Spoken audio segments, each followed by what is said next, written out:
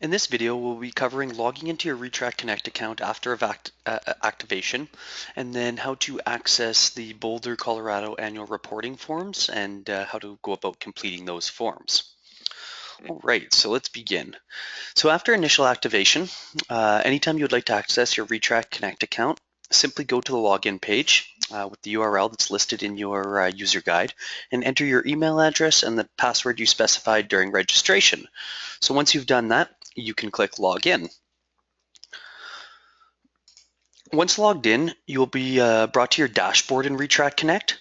To access the Boulder annual reporting page and begin reporting, you can simply click Go beside the name of your hauler business. So you can see that here. My hauler business is called Sample Hauler, and I click Go. So this will take you to the Boulder, Colorado annual reporting page, status page. This will be the primary focus of your use in Retract Connect. This is the page where you can access these forms. So on the status page, you will only see a link to the annual service summary to begin with.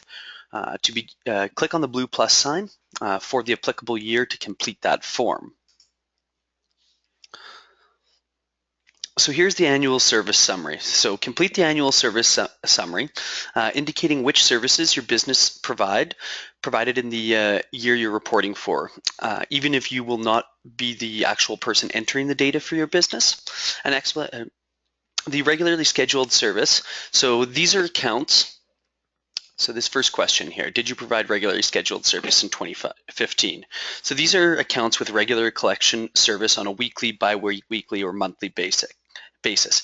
Basic neighborhood residential garbage or recycling pickup would be an example of data reported on the regularly scheduled service form.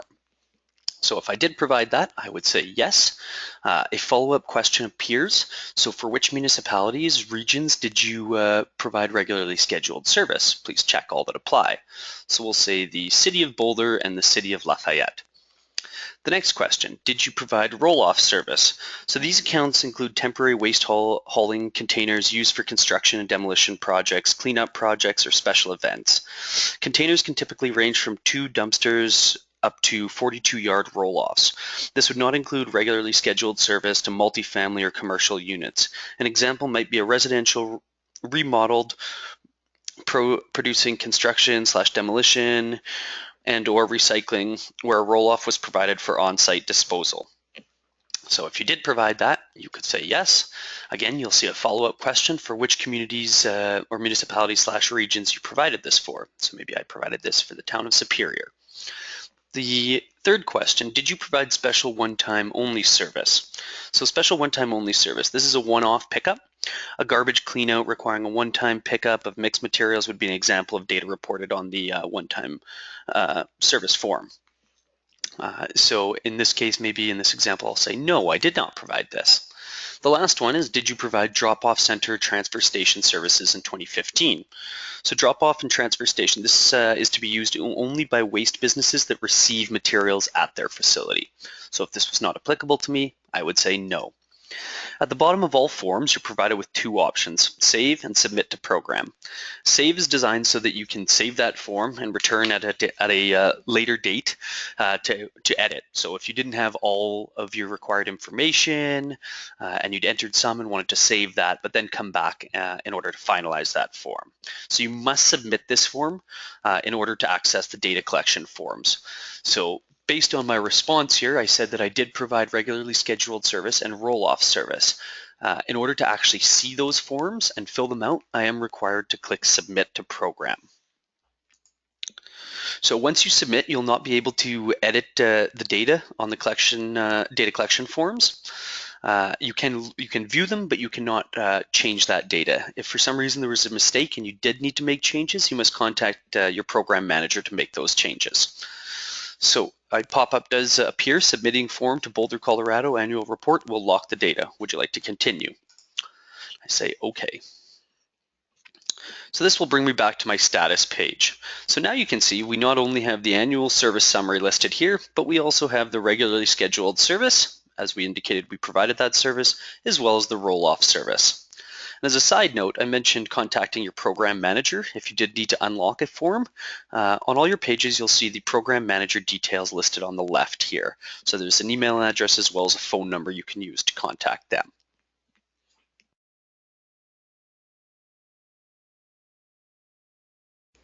All right, in order to access the regularly scheduled service form, you go about that the same way. You would click on the blue plus sign corresponding to the applicable year, and in this case, we just have 2015 available.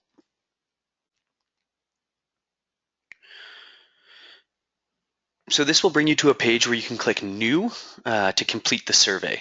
So you can see this New button here, and if I click on that, it will actually open up the regularly scheduled service.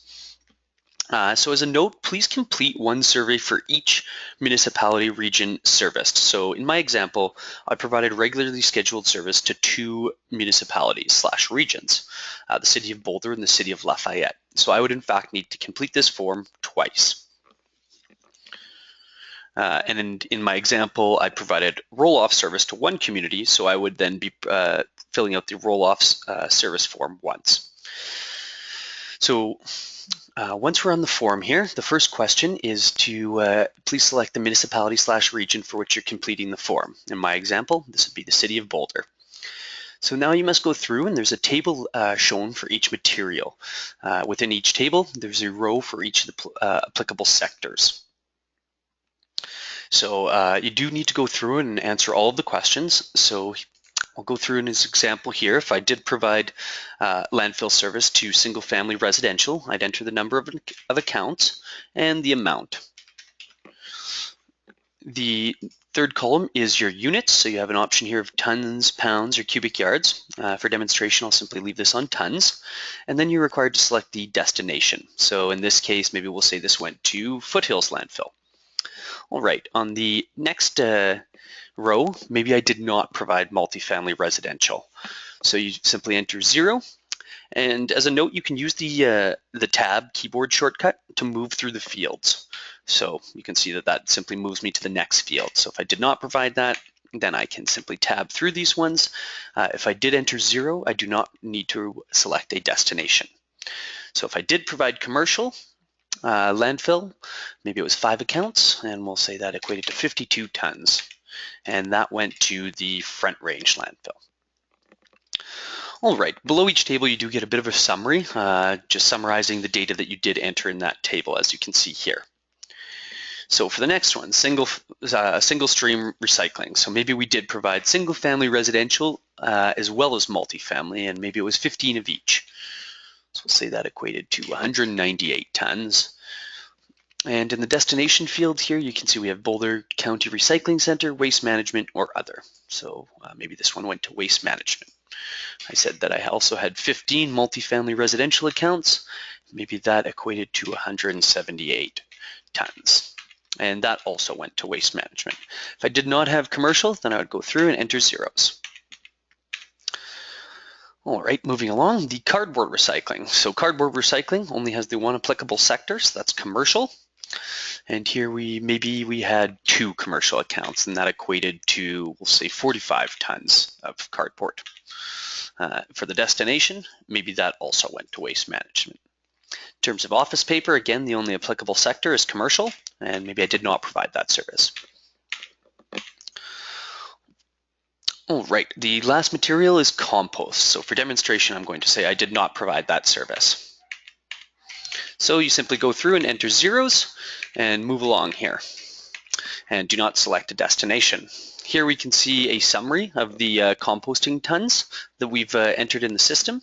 And below that, a regularly scheduled service summary. So this will show you the total tons of material hauled, as well as the total accounts serviced. So we can see 625 tons and 47 accounts serviced. So if you do have any comments, or if you'd like to describe any anomalies in your data for the reporting period, you can enter that here. All right, so on each of the service forms at the bottom, we do have this option. Check the box below before submitting to create another regularly scheduled service response.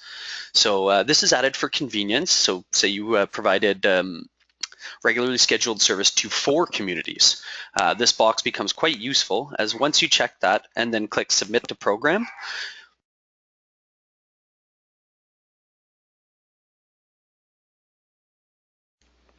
and click Submit the Program. If you do that, you will again be prompted to confirm that you'd like to lock this data, and you can click OK. What this does is saves that response and right away brings you back to a blank response. So now I could complete this for the city of Lafayette. In my example, with only 2 communities that you provided this service to, it does save a little bit of time, but if for example, you were providing it to 7 communities, of course, that checkbox at the bottom does become very, very useful. I'm not going to go through and complete this form again, as we already have, but just to note, if you ever would like to just return to your status page, you do have this link on the left that allows you to do that. Because I did respond to one question on the page, you will see this pop up. This page is asking you to confirm that you want to leave. The data you have entered may not be saved. So in this case, you have the option to leave the page or stay on the page. And it's just kind of a prompt to say, are you sure you'd like to leave because you will lose any data that you entered because you have not saved this page? In my demonstration here, that is fine. I will click Leave Page. So that was clicking on the status link, and that brings you back to the status page.